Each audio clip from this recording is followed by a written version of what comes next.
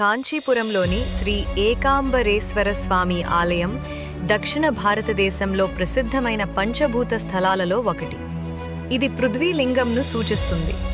ఈ ఆలయం శైవ భక్తులకు అత్యంత పవిత్రమైన క్షేత్రంగా పరిగణించబడుతుంది. ఈ ఆలయం తమిళనాడులోని కాంచీపురంలో ఉంది. ఈ దేవాలయం చాలా పురాతనమైనది. ఆలయంలో ఉన్న ప్రధాన దేవుడు ఏకాంబరేశ్వరుడుగా పిలువబడతాడు.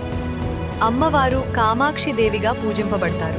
ఈ దేవాలయ నిర్మాణంలో పల్లవులు, చోళులు, విజయనగర రాజులు ముఖ్య పాత్ర పోషించారు. ఇది దక్షిణ భారతదేశంలోని అతి ఎత్తైన గోపురాలలో ఒకటి. పార్వతీదేవి తపస్సు కథ. ఈ ఆలయానికి సంబంధించిన ప్రసిద్ధ ఇతిహాసం ఒకటి ఉంది. పార్వతీదేవి తన భర్త శివుని గుణాలకు మెచ్చి ఆయనను పొందే ఆశతో కాంచీపురంలో తపస్సు చేసింది. ఆమె శివలింగాన్ని భూమితో తయారు చేసి ఒక మామిడి చెట్టు కింద దీన్ని ప్రతిష్ఠించి ధ్యానంలో లీనమైంది. శివుడు ఆమె తపస్సును పరీక్షించేందుకు అగ్నిని, ప్రళయ వరదను పంపాడు. అయితే పార్వతీదేవి పూర్తిగా భక్తితో ఆ లింగాన్ని ఆలింగనం చేసుకుని తపస్సు ఆపకుండా కొనసాగించింది. ఈ ఆలయం భారీ విస్తీర్ణంలో నిర్మించబడింది. ఆలయ పరిమితి. ఆలయం మొత్తం విస్తీర్ణం సుమారు 25 ఎకరాలు. ఆలయ ప్రాకారాలు చుట్టూ ఉన్న పరిమితి దాదాపు 1 కిలోమీటర్ పైగా ఉంటుంది.